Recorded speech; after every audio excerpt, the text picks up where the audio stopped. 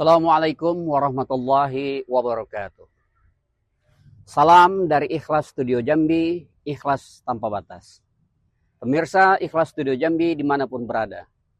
Kembali hari ini kita akan menyampaikan materi tentang manusia menurut surat Al-Fatihah.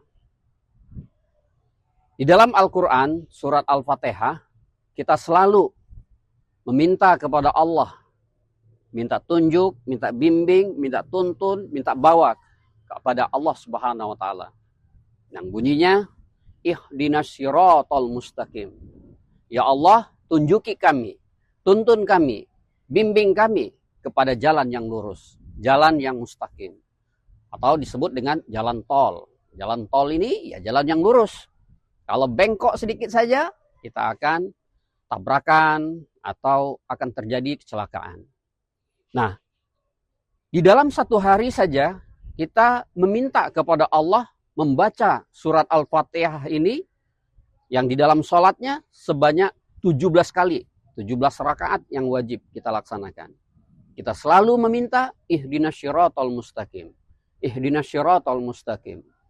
Nah, hasilnya ketika kita meminta ihdinas siratal mustaqim ini akan terbagilah manusia ini menjadi 3 macam atau 3 kelompok atau 3 kategori manusia berdasarkan Al-Fatihah tersebut.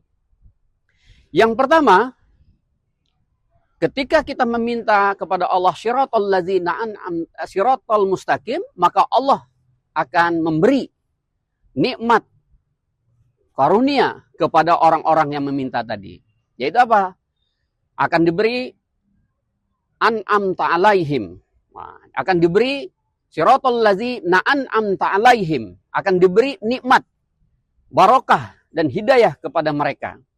Yaitu kelompok-kelompok orang-orang yang di dalam Al-Quran juga dinyatakan kelompoknya para nabi, para sidikin, para suhada, dan para solihin. Nah, jadi mestinya kita sebagai umat Islam, sebagai manusia yang beriman dan ingin mencapai ketakwaan tersebut, kita harus menjadi orang-orang yang soleh, menjadi orang-orang yang terus berjuang di jalan Allah, menjadi syuhada.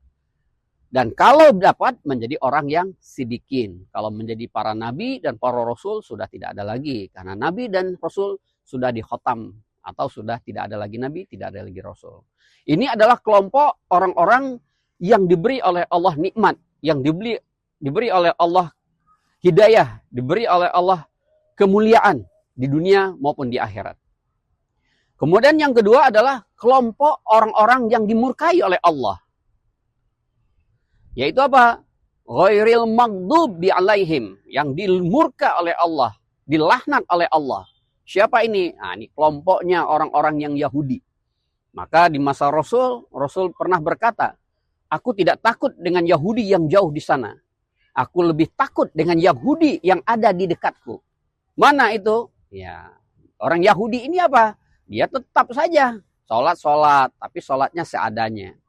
Nah, itu dikatakan fawailul lil musallin, diancam oleh Allah, dimurka oleh Allah, dikutuk oleh Allah. Dia sholat tapi lalai. Nah, orang-orang ini apa? Ya Yahudi yang ada di dekat sini. Nah, sifatnya ya lebih cenderung kepada munafik, kepada fasik, dan kepada zolim. Dia mengakunya Islam. Perintah-perintah Allah, syariat-syariat Allah dikerjakan juga. Tetapi dia lebih kepada apa? Kepada yang tidak baik.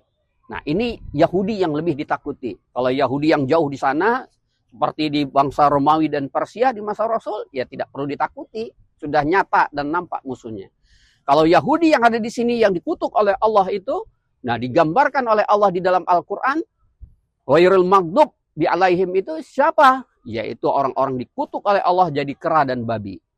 Makanya hari ini apa? Banyak manusia yang bersifat, bertabiat seperti kera dan babi. Apa itu sifat dan tabiat daripada kera? Yaitu apa? Dia rakus, tamak dengan dunia ini. Dia tidak pernah puas-puas dengan dunia ini. Selalu mencari dunia. Lupa dengan Allah, lupa dengan ibadah, lupa dengan tugas dia dihidupkan oleh Allah ini untuk ibadah. Nah, itulah orang-orang yang dikutuk oleh Allah seperti kera, yaitu apa? Rakus dan tamak. Dan nanti akan menjadi apa? Kikir, pelit, dan demit. Nah, kemudian dikutuk juga seperti apa? Seperti babi. Mereka tidak tahu hukum, tidak tahu syariat, tidak tahu aturan. Mereka hanya pakai prinsip apa? Halal, haram, hantam. Nah, ini prinsip orang-orang yang sudah dikutuk oleh Allah. Tidak lagi memandang tentang hadis-hadis, tentang Al-Quran, tentang hukum-hukum Allah, tentang syariat-syariat Allah. Apa saja disikatnya. Nah, hati-hatilah kita pada hari ini. Ketika kita minta tunjuk kepada Allah selalu di dalam sholat, jadilah kita orang-orang yang soleh, orang-orang yang mendapat hidayah, orang-orang yang diberi oleh Allah nikmat. Kemudian yang ketiga adalah apa? Kelompok orang-orang yang sesat. Nah, kelompok orang yang sesat ini gimana? Ya, dia dinyatakan oleh Allah diumpamakan seperti apa? Orang-orang Nasrani. Orang-orang Nasrani itu ya jelas kalau memang dia mengaku, dia menyatakan dia Nasrani. Nah, kalau yang dia hanya mengaku Islam, tapi perangainya juga sesat, tidak selamat, dirinya tidak merasakan Islam, dirinya tidak merasakan bersama Allah, inilah kelompok orang-orang yang sesat. Orang-orang yang sesat ini apa? Ya, orang-orang yang selalu menilai orang lain dan menganggap dirinya lebih baik dari orang lain. Maka kita khawatirlah hari ini dan teruslah berbuat dan teruslah bersungguh-sungguh di dalam mencari kebaikan, melakukan amal soleh, karena di akhir zaman ini, dunia ini tentulah akan lebih banyak fitnah-fitnahnya, cobaan-cobaannya, dan juga godaan-godaannya. Maka hari ini kita fokuskan diri kita untuk mencari ridho Allah saja. Untuk terus bersama-sama mendapatkan hidayah melalui apa saja yang bisa kita lakukan. Nah, demikianlah kategori manusia menurut surat Al-Fatihah. Yang pertama, orang yang diberi nikmat. Dan yang kedua, orang yang dikutuk oleh Allah. Dan yang ketiga, orang yang sesat. Semoga kita semuanya dan pemirsa Ikhlas Studio Jambi dimanapun berada, menjadi orang-orang yang selalu diberi oleh Allah nikmat dan diberi oleh Allah karunia dan hidayah dan selamat di dunia dan di akhirat. Demikian, Assalamualaikum warahmatullahi wabarakatuh.